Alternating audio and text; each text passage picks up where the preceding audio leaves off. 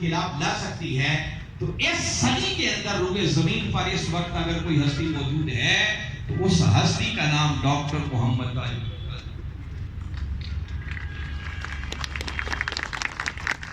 اور ایسی تحریک کا نام تحریک منہاج القرآن ہے۔ اس پر میں اب کوئی زبردستی تو کسی سے کر نہیں سکتا۔ ہمارے محترم میر اشتیاق صاحب نے آپ کو بڑی کھلی دعوت دی، آپ 10 15 20 30 40 50 تنظیموں کو بھی سامنے رکھ لیں، ان کی قیادتوں کو بھی سامنے رکھ لیں،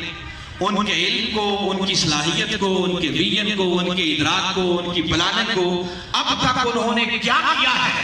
اللہ نے کتنی سمجھ بوجھ ان کو عطا کی ہے، ان ساری چیزوں کو سامنے رکھتے ہوئے جب آپ جائزہ لیں گے تو سر فہرست جو قیادت نظر آئے گی، اس قیادت کا نام ڈاکٹر محمد طاہر۔ اس لیے میں عرض کر رہا ہوں کہ منہاج القرآن کا امتیاز یہ ہے